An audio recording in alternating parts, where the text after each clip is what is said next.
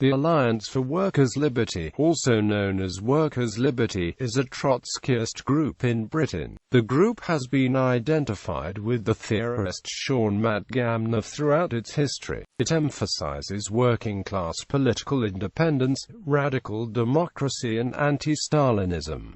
The all publishes the newspaper Solidarity, History, Workers' Fight. The all traces its origins to the document What We Are and What We Must Become, written by the Tendency's founder Sean Matgamna in 1966, in which he argued that the Revolutionary Socialist League, by then effectively the militant Tendency, was too inward-looking and needed to become more activist in its orientation. The RSL refused to circulate the document and, with a handful of supporters, he left to form the Workers' Fight group. Espousing left unity, they accepted an offer in 1968 to form a faction within the International Socialists as the Trotskyist Tendency.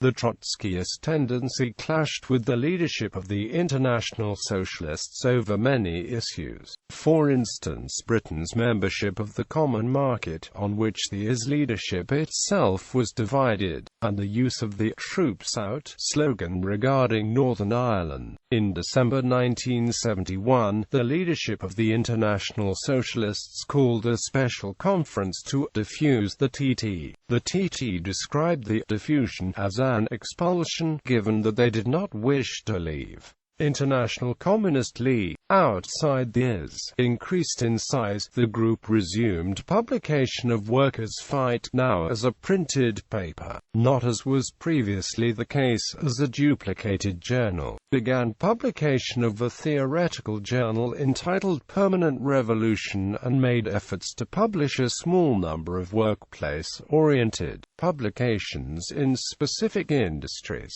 At the end of 1975, it fused with the smaller Workers' Power Group, formerly the left faction within the IS, to form the International Communist League. A small group of members in Bolton and Wigan opposed the merger formed the Marxist Worker Group, which later fused with the International Marxist Group. Workers' Fight was renamed Workers' Action and went over to a weekly publication schedule, and the group's quarterly magazine was now entitled International Communist. It joined with other groups that considered themselves to the left of the USFI in the Necessary International Initiative. In 1976, two-thirds of the ex-Workers' Power Group's members left in a dispute over Labour Party work and resumed a separate existence. The ICL increased its activity within the Labour Party, and in 1978 helped set up a socialist campaign for a Labour victory.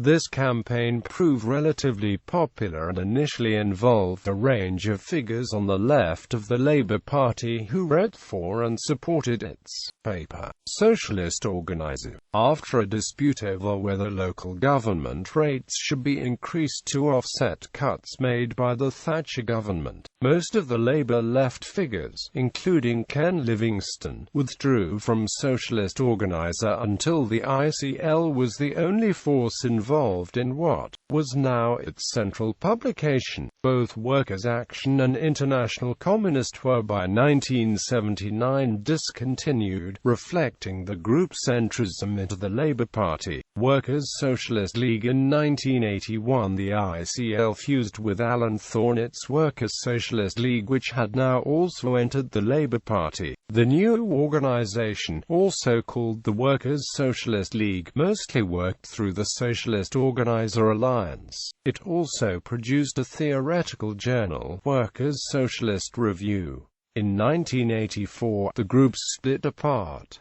The key issue was the Falklands War. Most of the former ICL argued for the defeat of both sides. Most of the former WSL supported a victory for Argentina. The tensions had also been strained over questions of internal democracy and differences over the national question. Socialist Organizer Alliance. The Socialist Organizer Alliance grew from the broad left socialist campaign for a Labour victory. By 1983, the paper had become identified with Matgamna's supporters, leading to a split with Labour left politicians such as Ken Livingstone over the GLC's policy of increasing rates to offset cuts in central government grants to local councils. The group organised its student work through the National Organisation of Labour Students, forming Socialist Students in NOLSD campaign within the National Union of Students. Throughout the 1980s, the group had reassessed its politics and reappraised the third camp tradition of heterodox and dissident Trotskyists including Max Shachtman and Hal Draper. The group adopted a two-state position on Israel-Palestine, and in 1988, moved away from its original position that the Stalinist states were deformed or degenerated worker states. By the 1990s, the majority of organization had adopted a bureaucratic collectivist analysis, with the minority holding a state capitalist position. Alliance for Workers' Liberty Socialist Organizer was banned by the Labour Party in 1990. In response to the ban, the Socialist Organizer Alliance dissolved. In 1992, the editorial board of Socialist Organizer launched an organization known as the Alliance for Workers' Liberty. Since 1999, the ALL has stood candidates in local and general elections, either through left unity initiatives such as the Socialist Alliance, Socialist Alliance Democracy Platform and Socialist Green Unity Coalition, or independently. It has also maintained a focus on pushing affiliated trade unions to assert themselves against the Labour leadership and was involved in the establishment of the Labour Representation Committee in 2004, to which it is affiliated. In the late 1980s, it established and led a number of left opposition campaigns in the NUS, including Left Unity and the Campaign for Free Education. Numerous supporters have won seats in the structures of the NUS. Cat Fletcher, president of the NUS from 2004 to 2006, was formerly a member of the ALL and the Campaign for Free Education. It has played leading roles in the NUS women's and LGBT campaigns, championing its policies on liberation and international solidarity within them, securing the representation within the NUS and working with groups such as Outrage and Al-Fatiha. ALL was central to the Education Not for Sale network, and in 2010 helped found the National Campaign Against Fees and Cuts, within which its student members remained active. ALL has been more critical of political Islam than some other groups on the far left. In 2006, the ALL reproduced the Muhammad cartoons that were originally published in Gillen's Post and on the website, describing it as an issue of free speech. While it opposed the Iraq War, the group was critical of calls for the immediate withdrawal of US and UK forces, arguing that the likely consequence of a precipitate withdrawal would be increased sectarian violence that would snuff out the fledgling independent labor movement. A large minority within the organization, while agreeing with the emphasis on solidarity with Iraqi workers, argued that the group should raise the call for the withdrawal of troops. These and other positions, including its support for a two-state settlement in Israel, Palestine, have led to other far-left groups characterizing the ALL as imperialist and Zionist. In 2009, ALL members were central to sparking and supporting the sit-down strike of Vestas wind turbine factory workers on the Isle of Wight. Activities. The ALL has supported the newspaper Solidarity since 1995, and published it since 1999.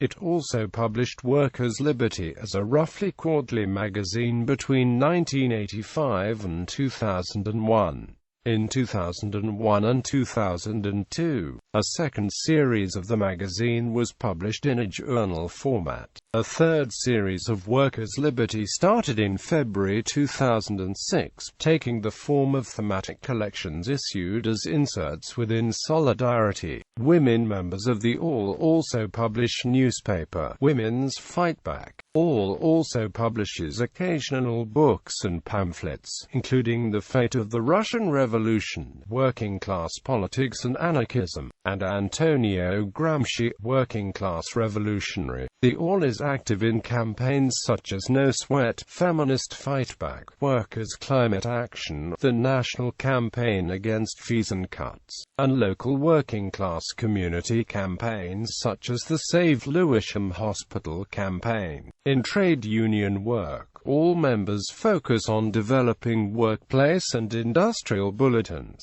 and rank-and-file networks such as the local association's National Action Campaign in the National Union of Teachers. ALL currently produces 5 workplace and industrial bulletins: Tube Worker, Lewisham Hospital Worker, Off the Rails, Tower Hamlets Class Struggle, and The Open Book. The group has international links with Workers' Liberty Australia and supporters within the Revolutionary Left Current in Poland and Solidarity in the United States. It has worked with groups on the left of the former Ligue Communiste Revolutionnaire, and has collaborated with Iraqi and Iranian groups from the worker communist tradition. It also has links with La Tinchel, a former fraction of La Ouvrière, the Iranian revolutionary Marxist tendency, and Turkish group Marxist Tutum.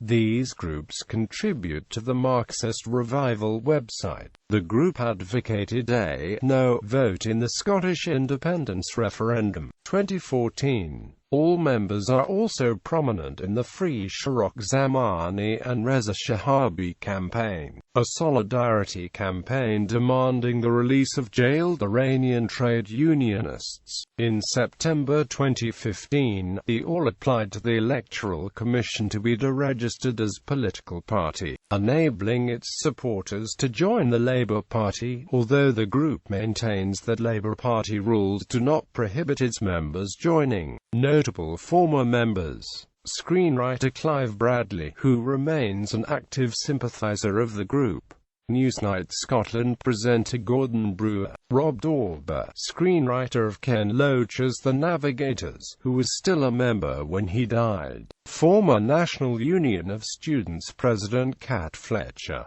political theorist Alan Johnson; Labour MP Gloria De Piero; author and journalist Charlotte Raven; Public and Commercial Services Union General Secretary Mark Sowotka; The Guardian journalist Rajiv Syal.